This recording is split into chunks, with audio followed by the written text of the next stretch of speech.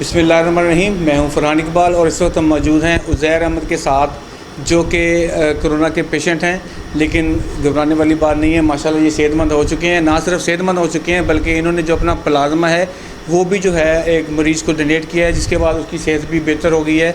अब उज़ैर अहमद से जानते हैं। पहले तो आप ये बताइएगा कि आपको कोरोना कैसे हुआ, आपको कैसे पता चला? ईद के पास तकरीबन सिम्टम्स थे मुझे, खांसी के थे और कमर में दर्द और टम्परेचर का था। तो जब टम्परेचर डेली तकरीबन 2 से 3 बार हो रहा था, तो फिर उसके बाद जब सूंघने की हिस्स थोड़ी सी ख़त्म हुई ना, तब मुझे फ़ील हुआ कि ये कोरोना की अलामत है। क्योंकि सूंघने की हिस्स या चखने की मुझे बताया था और मैंने चेक भी किया था, तो ये थी।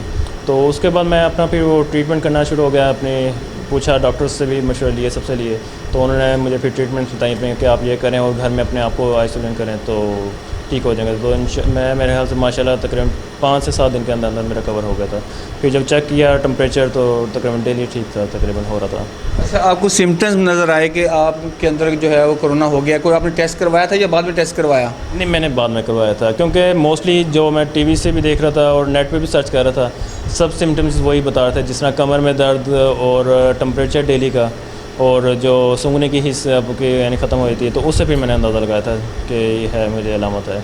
तो बाद में जब ठीक हो गया, मैंने चेक करवाया तो माशाल्लाह डीएक्टिव यानी आया। तो मतलब आपने अपना इलाज खुद किया, हम ये कह सकते हैं। तो आपने जो है क्या क्या चीज़ें इस्तेमाल की इस दौरान?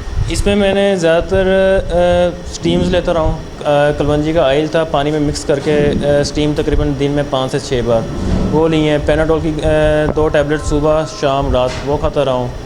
उसके बाद कैल्शियम सी के लिए हैं, विटामिन डी का एक लिया था इंजेक्शन, तो माशाल्लाह ठीक हो गया। बस ये तकरीबन किया है। तो फिर जो आपने प्लाज्मा डोनेट किया है, ये क्या प्रोसेस होता है? और इसमें ज़रा जो हमारे देखने वाले इनको बताइएगा, ताकि और भी लोग मोटिवेट हों। और आप भी कैसे मोटिवेट हुए?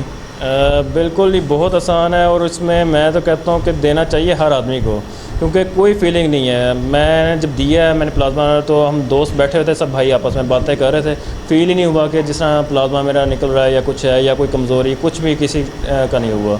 तो बिल्कुल इजीली आराम से दिया। और तकरीबन डॉक्टर्स ने मुझे कहा कि हम 15 दिन बाद दोबारा दे सकते हैं। तो इंशाल्लाह कोशिश मेरी यही है कि दोबारा मैं दूँगा तकरीबन सब। बाकी लोग सेहतयाब हुए हैं, उनके लिए आप क्या कहेंगे? वो लोगों को प्लाज्मा बिल्कुल देना चाहिए। देखें जी, हर किसी एक आदमी की जान बचती है आपके ज़रिए, तो ये उसके आपके लिए क्या इससे ज़्यादा खुश किस्मत है आपके लिए कि किसी की आपने जान बचाई है। ज़ाहिर है वो किसी का बाप या किसी का भाई या किसी का जो भी है रिश्तेदार होता है, तो वो भी आपको दुआएं देगा आपको। और जान बचानी चाहिए सबकी, तकरीबन देना चाहिए। जो भी इस प्रोसेस से गुजर चुके हैं, तो हर बंदे को देना चाहिए तकरीबन।